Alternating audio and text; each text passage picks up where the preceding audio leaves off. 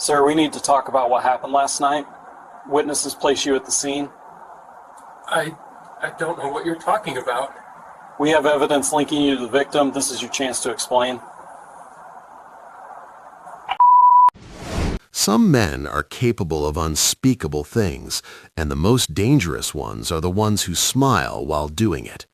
Aldrich Weston didn't just kill two people, he killed the two people who trusted him most in the world, and then he sat down at the dinner table and waited for someone to notice. Before we continue, let us know where you're watching from. Drop your city or country in the comments, and don't forget to subscribe and like the video if you're watching this for the first time. Now, let's get into it. Aldrich Weston was the kind of man people described as a good guy without thinking too hard about it. He coached Little League on Saturdays. He waved at neighbors. He posted family photos online. His wife, Karina, his teenage daughter, Brea, and his 10-year-old son, Tate, all of them smiling in every picture. From the outside, the Westons looked like the kind of family other families quietly envied. They lived in a mid-sized house in Crestfield, Ohio. Nothing extravagant, but well-kept.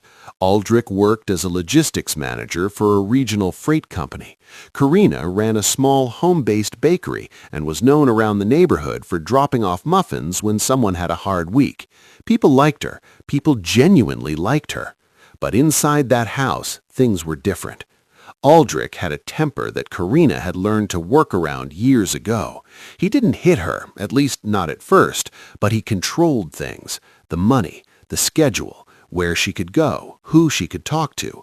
Karina's sister, Maeve, lived 40 minutes away and had noticed the distance growing over the years. Phone calls got shorter. Visits stopped being invited. Karina always had an excuse. What would you do if someone close to you started slowly disappearing from your life? Would you push harder to reach them, or would you assume they were just busy?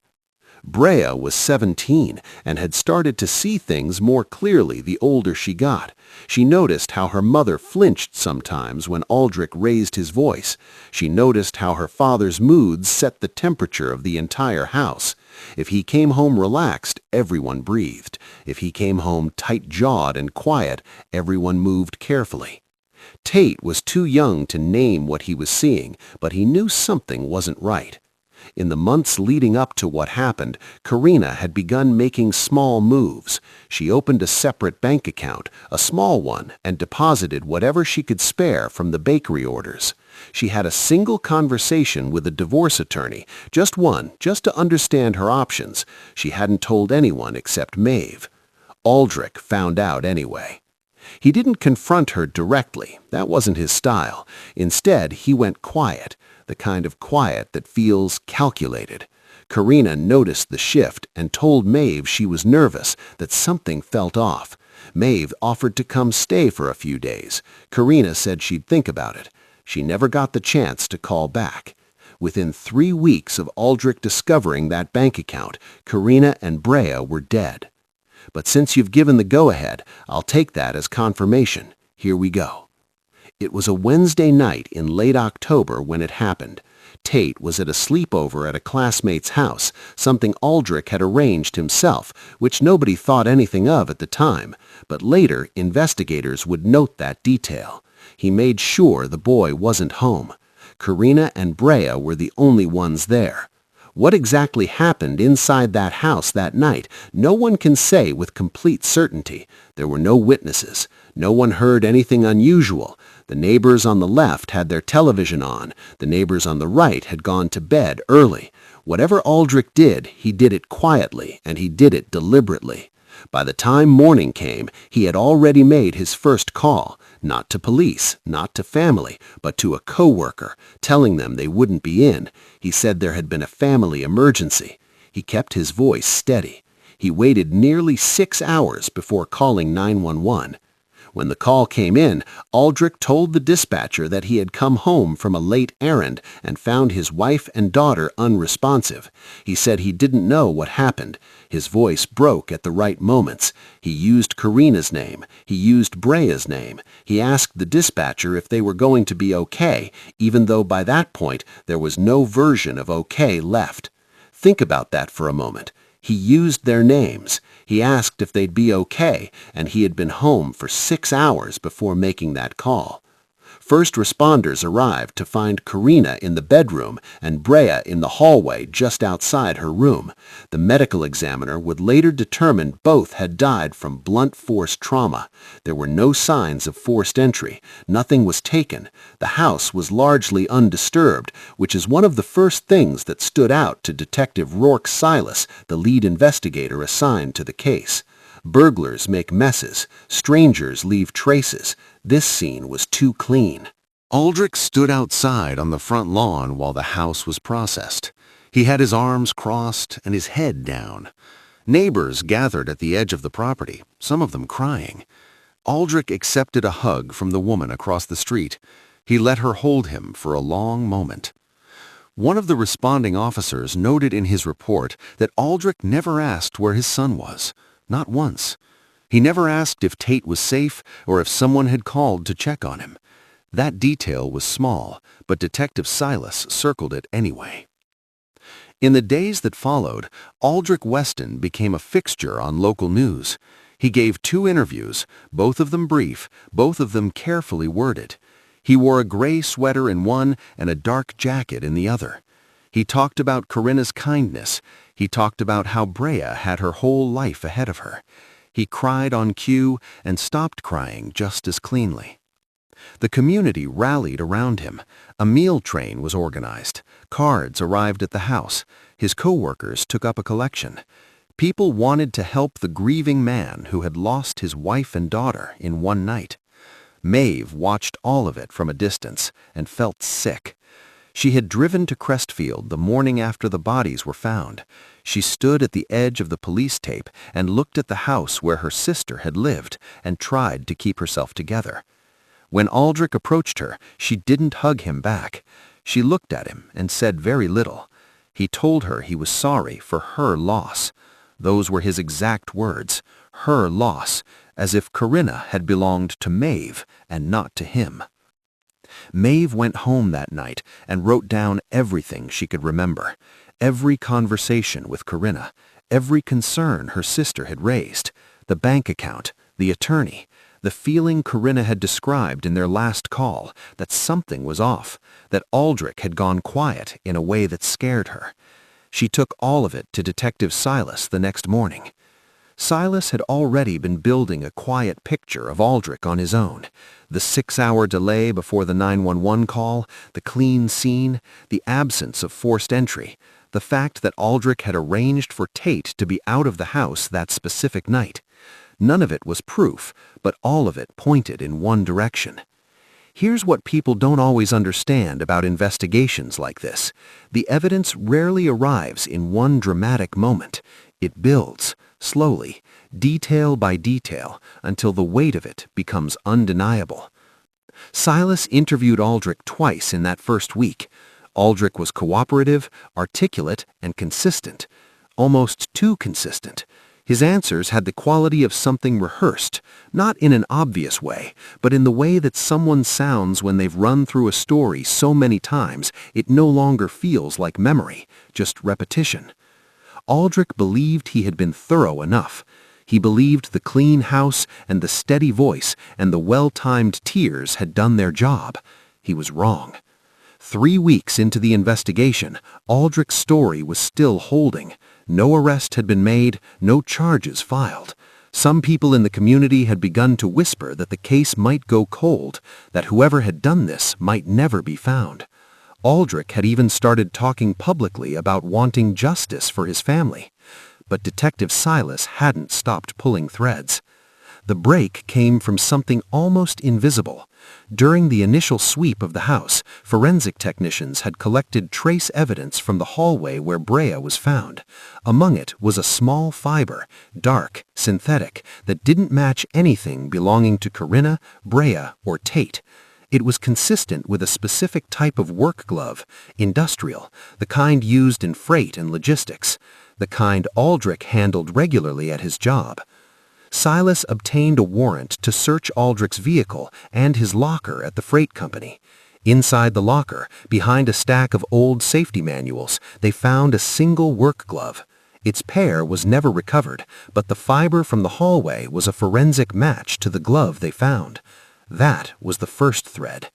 The second came from Corinna's phone. Her carrier records showed a deleted exchange between her and her attorney 3 days before her death, a follow-up about filing paperwork. Aldrich had claimed he only found out about the bank account by accident, that he wasn't sure what Corinna had been planning. But a search of the family's shared tablet revealed something different.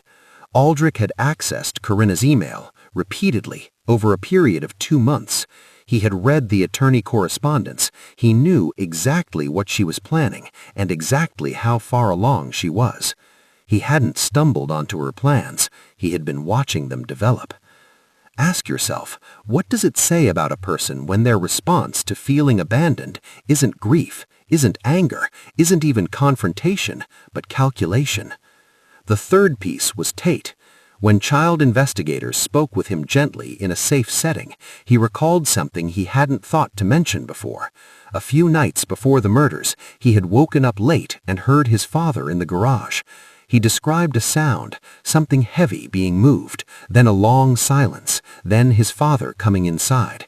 Tate hadn't thought much of it at the time. He was 10. He went back to sleep. Aldrich believed he had been thorough enough. He believed the clean house and the steady voice and the well-timed tears had done their job. He was wrong. 3 weeks into the investigation, Aldrich's story was still holding. No arrest had been made, no charges filed. Some people in the community had begun to whisper that the case might go cold, that whoever had done this might never be found. Aldrich had even started talking publicly about wanting justice for his family. But Detective Silas hadn't stopped pulling threads. The break came from something almost invisible. During the initial sweep of the house, forensic technicians had collected trace evidence from the hallway where Brea was found. Among it was a small fiber, dark, synthetic, that didn't match anything belonging to Corinna, Brea, or Tate. It was consistent with a specific type of work glove, industrial, the kind used in freight and logistics, the kind Aldrich handled regularly at his job. Silas obtained a warrant to search Aldrich's vehicle and his locker at the freight company. Inside the locker, behind a stack of old safety manuals, they found a single work glove. Its pair was never recovered, but the fiber from the hallway was a forensic match to the glove they found. That was the first thread. The second came from Corinna's phone. Her carrier records showed a deleted exchange between her and her attorney 3 days before her death, a follow-up about filing paperwork. Aldrich had claimed he only found out about the bank account by accident, that he wasn't sure what Corinna had been planning. But a search of the family's shared tablet revealed something different. Aldrich had accessed Corinna's email repeatedly over a period of 2 months. He had read the attorney correspondence. He knew exactly what she was planning and exactly how far along she was. He hadn't stumbled onto her plans. He had been watching them develop. Ask yourself, what does it say about a person when their response to feeling abandoned isn't grief, isn't anger, isn't even confrontation, but calculation? The third piece was Tate. When child investigators spoke with him gently in a safe setting, he recalled something he hadn't thought to mention before. A few nights before the murders, he had woken up late and heard his father in the garage. He described a sound, something heavy being moved, then a long silence, then his father coming inside. Tate hadn't thought much of it at the time. He was 10. He went back to sleep. But that timeline placed Aldrich preparing something in the garage days before the night in question. When Silas presented the accumulated evidence to the district attorney's office, the response was immediate. An arrest warrant was issued for Aldrich Weston, 2 counts of first-degree murder. He was picked up at a gas station 2 miles from his house, filling up his car like it was an ordinary afternoon. Aldrich Weston was arrested on a Thursday afternoon in November, roughly 5 weeks after Corinna and Brea were killed. He didn't run, he didn't protest loudly, He put his hands up slowly and told the officers there had been a mistake. He said it calmly, the way he said most things, measured, controlled, already thinking about the next move. There was no mistake. The trial began 8 months later. Aldrich pleaded not guilty. His defense team argued the forensic evidence was circumstantial, that the glove fiber proved nothing conclusive, and the tablet searches were the behavior of a concerned husband, not a calculated killer. They painted Corinna's divorce plans as a mutual tension, something both parties were navigating. They tried to introduce doubt wherever they could find space for it. The prosecution closed that space methodically. Maeve testified. She sat in that courtroom and spoke with her sister with the kind of clarity that only comes from knowing someone deeply and losing them completely. She described Corinna's fear in those final weeks. She read aloud from notes she had written the morning after the bodies were found. She didn't cry during her testimony. She had made a decision to be steady, and she was. Tate did not testify. He was shielded from the trial entirely, which was the right call. He was living with Maeve by then, had been since the night of the arrests. She had taken him in without hesitation. After 9 days of testimony and 3 days of deliberation, the jury returned a verdict. Guilty, on both counts, first-degree murder. Aldrich received 2 consecutive life sentences with no possibility of parole. When the verdict was read, he sat still, no visible reaction, just that same controlled stillness he had carried through the entire ordeal, the interviews, the investigation, the trial. Right up until the end, he performed composure like it was a strategy. The courtroom was not still. Maeve held Corinna's photo and lowered her head. Several of Corinna's friends wept openly. Outside the courthouse, a small group of neighbors who had once organized that meal train stood together quietly, processing what it meant that they had mourned alongside the man who had done it. That part is worth sitting with. Aldrich had stood at vigils held in his own victim's honor. He had accepted comfort from people who genuinely grieved for his family. He had used their kindness as cover. Tate grew up knowing the truth about his father. That is not a small thing to carry. No verdict changes what a child loses when the person who was supposed to protect him became the source of the harm. Justice was served in a courtroom, but justice in a courtroom and healing in real life are 2 very different things. Corinna was a woman who tried to quietly reclaim her life. Brea was a teenager who had barely started hers. They deserved more than a verdict. They deserved the chance to simply live. So here's the question worth asking. When someone shows you a controlled, careful, and calculated version of themselves in every situation, even in grief, even in crisis, what does that tell you about who they really are? If this story moved you, drop your thoughts in the comments. And if you're watching for the first time, like the video and subscribe. There are more stories like this one, and every one of them matters.